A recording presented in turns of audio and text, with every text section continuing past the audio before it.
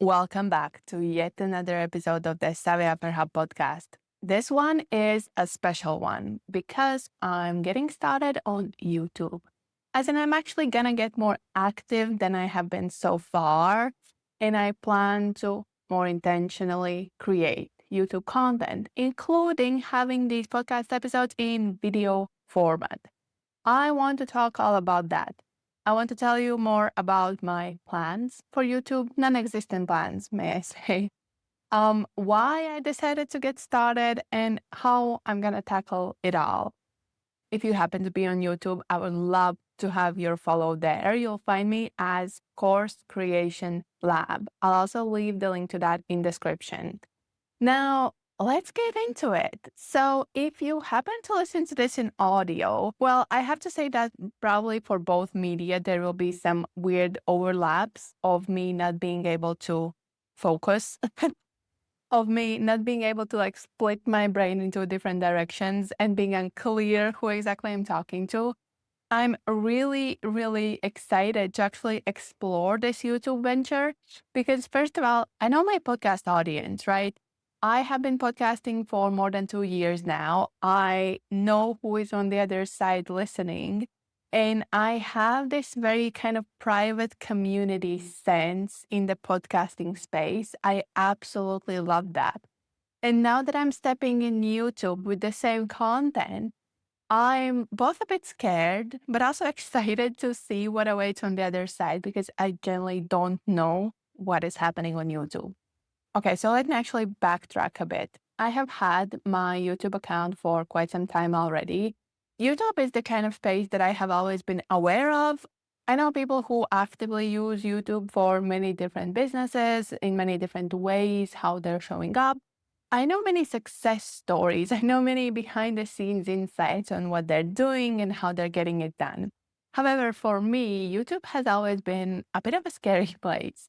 First of all, I don't particularly have the setup and the tech for it in terms of, like, for example, my podcast to be recorded in the highest quality. I know many creators just record their podcasts on their laptops and then they just take the same material and post it on YouTube. I, on the other hand, wanted to be a bit more creative. I really didn't want to do like recording directly in my laptop. Like, I don't want to use my laptop camera. So I am using my phone camera. I actually have a whole another recording of this exact episode where I am recording everything with the back camera, which generally has better quality. But I have already tried and tested this on social media. I don't love recording on back camera. Now, I could do all kinds of things to actually see myself. There are many different ways. There are apps where you can mirror the screen and so on. But honestly, even when it comes to the outcome, I understand that the back camera has higher quality, but I actually prefer the outcome of the front camera. Plus, it just makes me so much more comfortable to record this. Back to the setup. One of the things that for the longest time was holding me back in showing up on YouTube was the setup. I love making videos. I love creating video content. I'm doing a lot of video content for Instagram. I'm doing content for my products. I feel rather comfortable in front of the camera, even though there still are those days when I have no clue what's happening, what I'm doing, and why did I choose to show myself. But at the end of the day, I do love creating video content. And in general, honestly, I love creating content. And all of that just led me to thinking that as I'm already creating a lot of content, I have Instagram Reels, which, by the way, I'm also repurposing to YouTube Shorts, which is also something I kind of discovered recently. I have that going on. I have bits and pieces of content that I record that is going into my Sabe Hub membership. I have some free offers here and there. And all of that, as I keep showing up, as I keep recording, and of course the podcast, as I keep showing up and recording, there's just so much content. So I honestly just have that feeling that I'm not utilizing, especially YouTube, as much as I could with all the content that I have. Now, the tech part was definitely holding me back for quite some time. I would love to have like full camera setup and everything, even though I feel like it would also like stop me from actually creating the content. Because the more complex is the setup, the harder it is for me to actually show up. But anyhow, so it was stopping me, but at the same time, since I already have a lot of content, I kept thinking about ways how I can start repurposing it more into YouTube. So my first step was actually posting my Instagram reels into YouTube as well. Now, it has been a journey, okay? I have realized that audience on YouTube can be quite unpredictable. And even though my content has been doing okay, there's not like many views or anything. But once in a while, like somebody leaves a comment or something, and I'll just question everything I'm doing. Okay. I don't know. Maybe I'm just not made for YouTube. I don't have that thick skin just yet. I have no clue where is this going to take me. And I'm well aware of the audience differences. I know and I have heard before that people on YouTube can be a bit ruthless.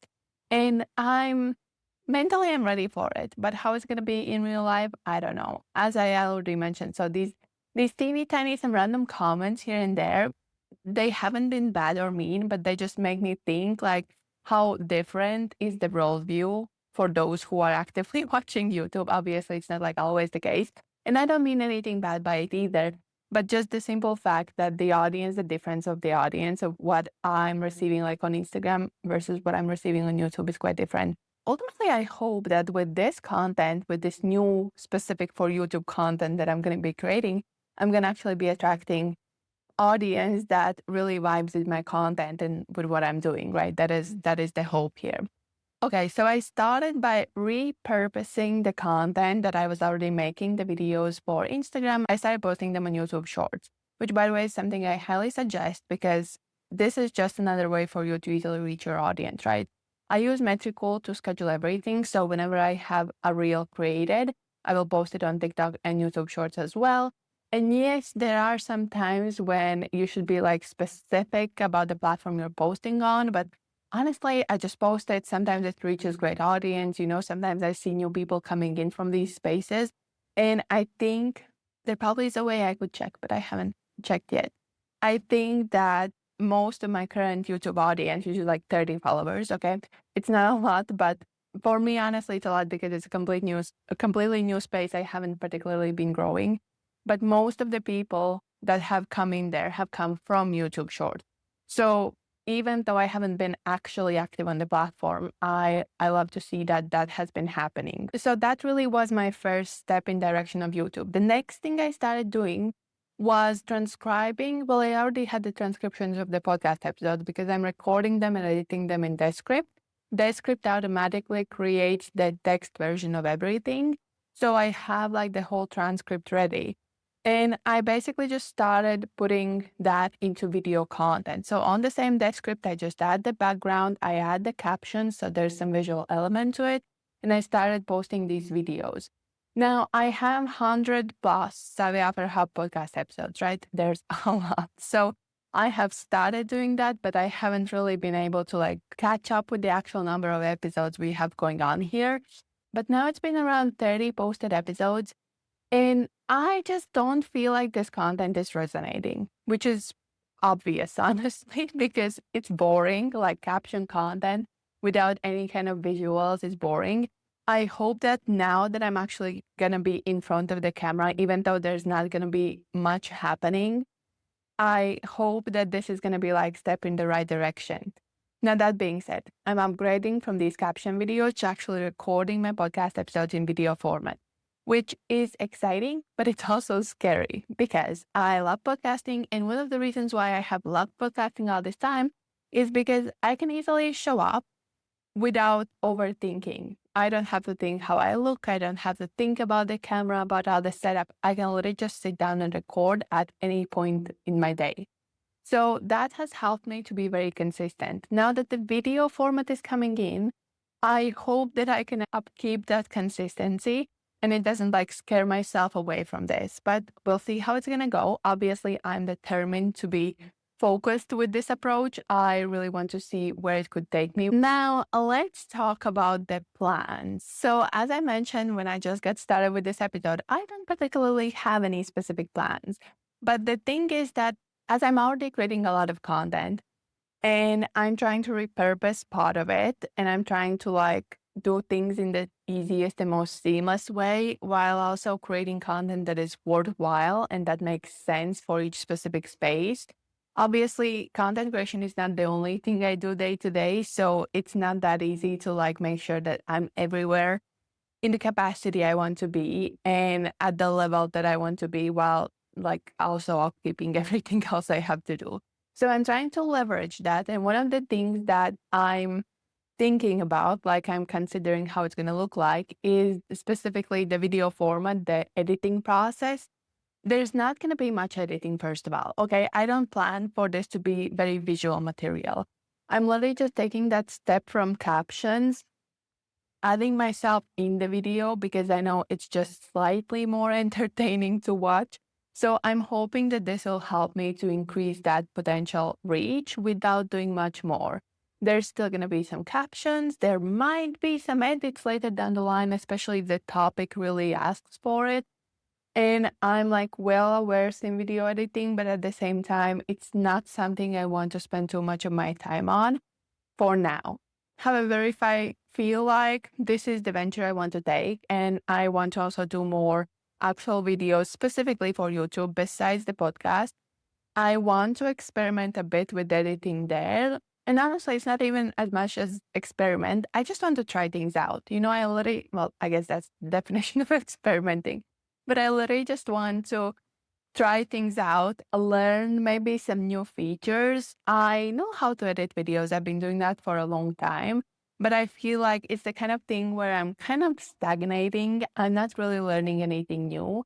So now showing up on YouTube maybe gives me that chance, maybe will give me that chance to actually edit more, learn more, and improve my skills in that as well. Okay, so I actually just now had to take a quick break because all my systems went in full shutdown mode.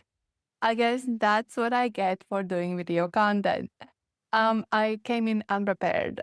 Quite literally everything broke down and it was a hot kind of a mess. But anyhow, we are back. Okay, we will wrap this episode up, hopefully without any further interruption.